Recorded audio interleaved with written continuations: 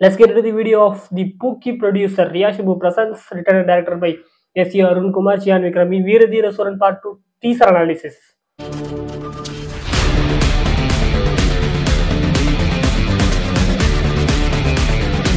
First விஷயம் இந்த part 2 வீரதீர சூரன் பார்ட் 2 அப்படிங்கிற அந்த டைட்டிலுக்கான எக்ஸ்பிளனேஷன் பற்றி சொல்லிடுறேன். ஸோ என்ன மேட்டர்னா நம்ம ஊர்ல வந்துட்டு ஒவ்வொரு படங்களும் ஒரு மாதிரி வரும். ஸோ அதுல வந்துட்டு ஃபிளாஷ்பேக் மூவிஸ்ங்கிறது சில இருக்கு. அதாவது ப்ரெசென்ட் பர்சன்ல ஸ்டார்ட் பண்ணி ஃபிளாஷ்பேக்ல ஒரு சம்பவம் நடந்திருக்கும். அந்த சம்பவத்துக்கு போயிட்டு அப்புறம் திரும்பி ப்ரெசென்ட்டுக்கு வந்து படத்தை முடிப்பாங்க. இது ஒரு கேட்டகரி.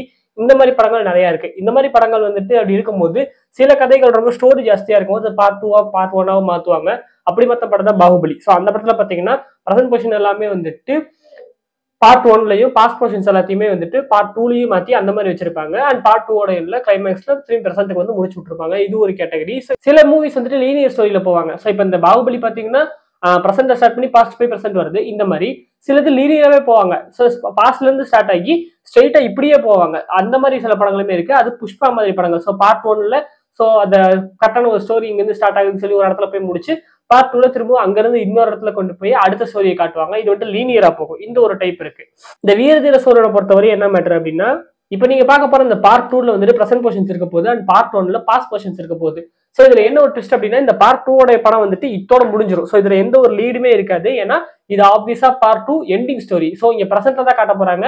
ஸோ படத்துல வந்துட்டு ஒரு இஷ்யூ, அந்த இஷ்யூக்கான இது யாரு என்ன கேரக்டர் அப்படிங்கறத சொல்லி படத்தோட எண்டிங் தான் நீங்க பார்க்க போறீங்க. ஸோ ஸ்ட்ரைட்டா ஃபர்ஸ்ட் ஒரு படத்தோட செகண்ட் ஹாஃப் பாக்குற மாதிரி, செகண்ட் ஹாஃப் ஃபுல்லுமே வந்துட்டு பேக் ஸ்டோரியே எதுவுமே இல்லாம கைதி படம் பார்க்குற மாதிரி ஒரு எண்டிங்ல கொண்டு போய் முடிச்சுடுவாங்க. இதுதான் வந்துட்டு இந்த படத்தோடைய இந்த பார்ட் 2 கதையா இருக்க போகுது. அதுக்கப்புறம் இந்த பார்ட் 1 தனியா வரும். அந்த பார்ட் 1ல ப்ரீகோ ஸ்டோரி, இதுக்கு முன்னாடி என்ன நடந்துச்சு, பிளாஷ்பேக்ல என்ன நடந்துச்சு, விக்ரம் யாரு, ஏன் இந்த மாதிரி இருக்காரு, இவரோட லைஃப் என்ன அப்படிங்கிறத காட்ட போறாங்க. இது வந்துட்டு பார்ட் 1 ஸ்டோரி. ஸோ இந்த மாதிரி தான் ரிலீஸ் பண்ண போறாங்க. ஸோ எக்ஸ்பிளைன் பண்றது கொஞ்சம் காம்ப்ளெக்ஸா தான் இருக்கு. ஸோ இந்த பார்ட் 2ல ப்ரெசென்ட் போர்ஷன்ஸ் தான், முழுக்கவே எதுவுமே பாஸ்டா இருக்க போறது இல்ல. பாஸ்ட்ல விக்ரம் யாரு அப்படிங்கறத சொல்லாமையே இந்த படத்தை இங்கேயே முடிச்சு இது பண்ணிட்டு போயிடுவாங்க. அதுக்கப்புறம் பார்ட் 1ல வந்துட்டு மீதியை சொல்லுவாங்க. பட் இங்க ரிலீசஸ்ல வந்துட்டு ஆர்டரா ரிலீஸ் பண்ணாம மாத்தி ரிலீஸ் பண்றாங்க. அவ்வளவுதான் டிஃபரன்ஸ். சிம்பிளா பார்த்திபனோட ஸ்டோரியை மட்டும் ஒரு படமா நீங்க பார்த்துட்டு அதுக்கப்புறம் லியோட ஸ்டோரியை வந்துட்டு ரெண்டாவது ஒரு படமா பாத்தீங்கன்னா எப்படி இருக்கும், பட் டைட்டில் வந்துட்டு லியோ 2 லியோ 1 வச்சா எப்படி இருக்கும், அதுதான் மேட்டர். அவ்வளவுதான் சிம்பிள். ஸோ அதனால பார்ட் 2 பார்ட் 1 வச்சிருக்காங்க. கொஞ்சம் டிஃப்ரெண்டா பண்றாங்க, அவ்வளவுதான். ஸோ இந்த டீசர்ல பாத்தீங்கன்னா வந்துட்டு விக்ரம் சார் வந்துட்டு ஒரு ஃபேமிலியோட இருக்காரு. ஒரு 2 பசங்களும் ஒரு பசங்களும் இருப்பாங்கன்னு சொல்லிட்டு தெரியும். ஒரு பொண்ணு வந்துட்டு காமிச்சிருக்காங்க. அப்போ பையனும் இருப்பாங்கன்னு சொல்லிட்டு நினைக்கிறேன், கிளியரா தெரியல. அந்த உஷாரா வந்துட்டு ஒய்ஃபா நடிச்சிருக்காங்க. ஸோ ஒரு ஒய்ஃப்ல ஒரு மளிகை கடை வச்சுட்டு ஒரு நார்மலா லைஃப் வாழ்ந்துட்டு இருக்காரு. முன்னாடி ஒரு டீசர் ரிலீஸ் பண்ணியிருந்தாங்க, ஒரு இது மாதிரி ஒரு ப்ரோமோ கட் மாதிரி. அதுல பார்த்தா வந்துட்டு சில பேர் கொல்றதுக்காக வந்திருப்பாங்க. அந்த மளிகை கடையில வந்துட்டு அவர் எடை போட்டுட்டு இருக்கும்போது கொல்றதுக்காக வந்திருப்பாங்க. அங்க ஒரு ஃபைட் இதாகிற மாதிரி காமிச்சிருப்பாங்க. ஸோ அங்கேயே சொல்லிட்டாங்க பாஸ்ட்ல ஏதோ ஒரு சம்பவம் இருக்கு, யாரோ இவங்களை கொல்றதுக்கு ட்ரை பண்ணிட்டு இருக்காங்க. அதுக்கு ஏதோ மாதிரி ட்ரெய்லர்லயுமே எஸ்.ஜே. சூர்யா வந்துட்டு இவர்கிட்ட வந்துட்டு கோபப்படுற மாதிரி காட்டுறாங்க. அவர் வில்லனா இல்ல ஒரு சப் வில்லனாங்கிறது தெரியல. ஏன்னா வில்லன் சொல்லிட்டு சில பேரை காட்டுறாங்க, கொல்றதுக்கு வராங்க. பட் எஸ்.ஜே. சூர்யா வந்துட்டு சப் வில்லன் ஒரு சென்டர் கேரக்டர் மாதிரி இருக்கலாம்னு சொல்லிட்டு நினைக்கிறேன். அவருக்குமே இவரை பிடிக்கல, இவர் சாகணுங்கிறத நினைக்கிறாரோ என்னமோ, இல்ல பாஸ்ட்ல இவர் செஞ்ச சம்பவங்கள் அவர் கேள்விப்பட்டு பாஸ்ட்ல இப்படி இருந்திருக்கான், இப்ப தப்பிச்சிட்டான், இவனை நான் கொல்லணும் அப்படின்னு சொல்லிட்டு ஒரு போலீஸார் நினைக்கிறாரோ என்னமோ தெரியல. பட் அவருமே இவங்களுக்கு சப்போர்ட் பண்ற மாதிரி தான் தெரியுது. ஸோ விக்ரம் சார் வந்துட்டு ஃபர்ஸ்ட் இவனுங்க கொல்ல வந்து ஏதோ ஒரு ஃபைட்ல இன்வால்வ் இருப்பாங்கன்னு சொல்லிட்டு நினைக்கிறேன். அதுக்கப்புறமா தான் இந்த எஸ்.ஜே.எஸ் கூட வந்துட்டு இந்த சீன் வரும்னு நினைக்கிறேன். அதனால தான் அவர் வந்துட்டு கோபப்படுற மாதிரி காட்டுறாங்க. சாப்பிட்டுட்டு இருப்பாரு, அப்ப ஏதோ இன்சல்ட் பண்ற மாதிரி இரிட்டேட் பண்ற மாதிரி விக்ரம் பண்ணும்போது அவர் தான் முறைச்சிருக்காரு போல இருக்கு. அதனால என்னடா முறைக்கிறா அப்படின்னு சொல்லிட்டு கோபப்படுற மாதிரி காட்டியிருக்காங்க. அண்ட் எஸ்.ஜே.எஸ் சொல்றாரு, இந்த கேஸ் மத்த கேஸ் மாதிரி கிடையாது, இதை ஒரு டைம் விட்டுட்டா, இன்னைக்கு விட்டுட்டா மிஸ் ஆனது தான், லைஃப் டைம் திருப்பி பிடிக்கவே முடியாது அப்படிங்கிற மாதிரி. ஸோ ஆப்வியஸா வந்துட்டு இந்த மாதிரி ரவுடி ஃபிலிம்ஸ் வந்துட்டு நிறைய நான் பார்த்திருக்கேன். அந்த வகையில வந்துட்டு அந்த ரவுடிகள் வந்துட்டு ரவுடிகளோ இல்ல கேங்ஸ்டர்ஸ் இந்த மாதிரி இருக்கிறவங்களை வந்துட்டு மறைஞ்சு வாழ்ந்துட்டு இருக்கிறவங்கள ஒரு டைம் மிஸ் ஆயிருச்சு அப்படின்னா திரும்பி அவங்களை பிடிக்கவே முடியாது. அவங்களா நினைச்சாதான் முடியும். அந்த மாதிரி ரொம்ப ஷேர் பண்ணுவாங்க. அதனால அப்படி சொல்றாரோ என்னமோ தெரியல. இந்த டீசர்ல பாத்தீங்கன்னா ஆக்ஷன் ரொம்ப வேற லெவல்ல இருந்துச்சு. ஆக்ஷன் ரொம்ப கிரவுண்டடா இருந்துச்சு. அதே சமயத்துல ரொம்ப வேற லெவலாவும் இருந்துச்சு. ரொம்ப ஓவர் தி டாப்பும் இல்ல, ரொம்ப சூப்பரா பண்ணியிருந்தாங்க. அண்ட் ஒரு சீன்ல பார்த்தா அவர் வந்துட்டு எமோஷனல் ஆயிட்டு ஒரு கார்ல விண்டேஜ் கார்ல வந்துட்டு வராரு. அதுல வந்துட்டு வேஷ்டி சட்டை போட்டிருக்காரு. அந்த கார்லயுமே பூவெல்லாம் ஒட்டி வச்சிருக்காங்க. ஏதோ ஃபங்க்ஷன் சொல்லிட்டு என்ன ஃபங்க்ஷன் தெரியல. இவன் இந்த ஃபங்க்ஷன்ல தான் ஏதோ சம்பவம் நடந்திருக்குமோ என்னமோ. அவர் எமோஷனா வரதை பார்த்தா அவங்க ஃபேமிலிக்கு தான் நடந்திருக்குமோ என்னமோ தெரியல. பட் அங்க இடத்துல எமோஷன் ஆகி அவங்களை வந்துட்டு கொல்றதுக்கு வராரு. அங்க வந்து பாம்பை தூக்கி போட்டு வெட்டி வைக்கிறாரு. ஸோ பயங்கரமா இருக்கு படம். இந்த சீன்ல பாத்தீங்கன்னா ஜி பிரகாஷ் பின்னாடி மாஸ் பண்ணிட்டு இருந்தாரு. வேற லெவல் இந்த பியானோ நெருப்பு வச்சுட்டு அடிக்கிற அந்த வாசிக்கிற மாதிரி இருந்துச்சு.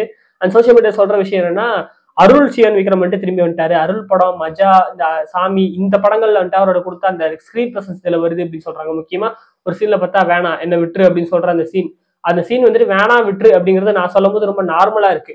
நான் சொல்றது கெஞ்சிற மாதிரி இருக்கு. பட் அவர் சொல்ற அந்த டோன்ல விட்டுறா இல்லைன்னா உன்னை கொன்னே போட்டுருவேங்கிற அளவுக்கு ஒரு தரமான அந்த ஒரு இதை கொடுக்குற அந்த வைப்பை கொடுக்குறாரு. உண்மையிலேயே சூப்பரா இருந்துச்சு. லுக்குமே வேற லெவல்ல இருந்துச்சு.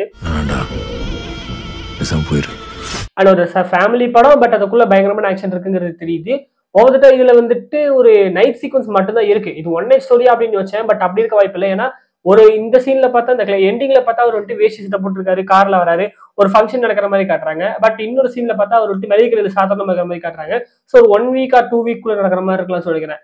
அந்த ஓப்பனிங் வந்துட்டு அவங்க மளிகை கடையில இருக்கிற அந்த விஷயங்கள்லாம் காமிச்சிட்டு ஸ்ட்ரைட்டா அந்த ஒரு சீன் அந்த நைட்டுக்குள்ள வந்துட்டு இவங்க கொல்ல வராங்க. இந்த பக்கம் எஸ்ஜிஎஸ் வந்துட்டு அதுக்கு இது பண்றாரு.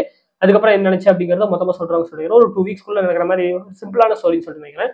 பட் ஸ்கிரீன் பிளேவாவும் படத்தோட அந்த ஸ்டேஜிங்லயும் பயங்கரமா இருக்க போதுங்கிறது தெரியுது. கண்டிப்பா இந்த படம் ஒரு 100/100 படமா ஆகும்னு சொல்லி நினைக்கிறேன். எல்லா படங்களுமே சியான் விக்ரம் 100/100 தான்.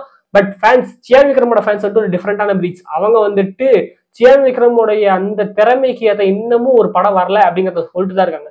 என்னை பொறுத்தவரையும் அப்படி தெரியல. மேபி அவங்களோட ஒப்பீனியன் அப்படி மாதிரி இருக்கலாம். அவங்க சொல்ற விஷயம் என்னன்னா, சியான் விக்ரம் வந்துட்டு டிசர்வ்ஸ் மோர். அவருக்கு இந்த மாதிரி மொக்க படங்களா தான் போய்கிட்டு இருக்கு, அவரை வேஸ்டா பண்ணிட்டு இருக்காங்க சொல்லிட்டு இருக்காங்க. அந்த வகையில இந்த படத்துல என்ன மாதிரி அவங்க ரியாக்ட் பண்ண போறாங்கிறத பாக்குறதுக்கும் நான் ஆர்வமா இருக்கேன். ஃபேன்ஸ் இந்த மாதிரி ரியாக்ட் பண்ண போறாங்கன்னு. என்னை பொறுத்தவரையும் சியான் விக்ரம் படங்கள் எல்லாமே எனக்கு பிடிச்சிருக்கும். அண்ட் சில இது வந்துட்டு அவங்க சொல்றது ஒத்துக்கதான் செய்யணும். ஏன்னா சம்மதர் வந்துட்டு கமர்ஷியலா அது எல்லா பக்கமும் பெருசா போறது இல்லைல்ல, அதனால சொல்றாங்க. அவர் இவ்வளோ உடம்ப இது பண்ணிட்டு நடிக்கிறாரு, ஆனா ஸ்கிரீன் பிளேல பிரச்சனை இருக்கு, அது இருக்கு இது இருக்குன்னு சொல்றாங்க. பட் அதெல்லாம் என்னங்கிறது எனக்கு தெரியல, அவங்க பாடு. பட் இந்த படம் ஒரு தரமான படமா அப்படின்னு சொல்லிட்டு நினைக்கிறேன். ஒரு கம்பேக்கா இருக்கும்னு சொல்லிட்டு நினைக்கிறேன். அவங்கள பொறுத்தவரையும் என்ன பொறுத்தவரையும் ஒரு சிம்பிள் ஃபிலிம். பட் இது வந்துட்டு விக்ரம் சாரோட இந்த ஃபிலிமோகிராஃபில 10 என்றதுக்குள்ளக்கு அப்புறமா ஒரு தரமான ஒரு கமர்ஷியல் ஆக்ஷனா இருக்கும்னு சொல்லிட்டு நினைக்கிறேன். ஏன்னா அதுக்கப்புறம் எல்லாமே வந்து டிஃப்ரெண்ட் ஃபிலிம்ஸ் தான். நார்மலான தரமான ஆக்ஷன் படமா அவர் நடிச்சது கடைசியா 10 அதுக்கப்புறமா இந்த படம் தான் சொல்லிட்டு நினைக்கிறேன். வெயிட் பண்ணி பார்க்கலாம் படம் அப்படின்னு சொல்லிட்டு. ஸோ ஜனவரி ரிலீஸ்ன்னு சொல்லியிருக்காங்க. பொங்கலா இல்ல 26 சொல்லிட்டு தெரியல. ஏன்னா பொங்கலுக்கு வந்துட்டு அப்படி சரி 3 படங்கள் விடாமிச்சு வர மாதிரி சொல்றாங்க. இப்போ கேம் சேஞ்சர் வருது.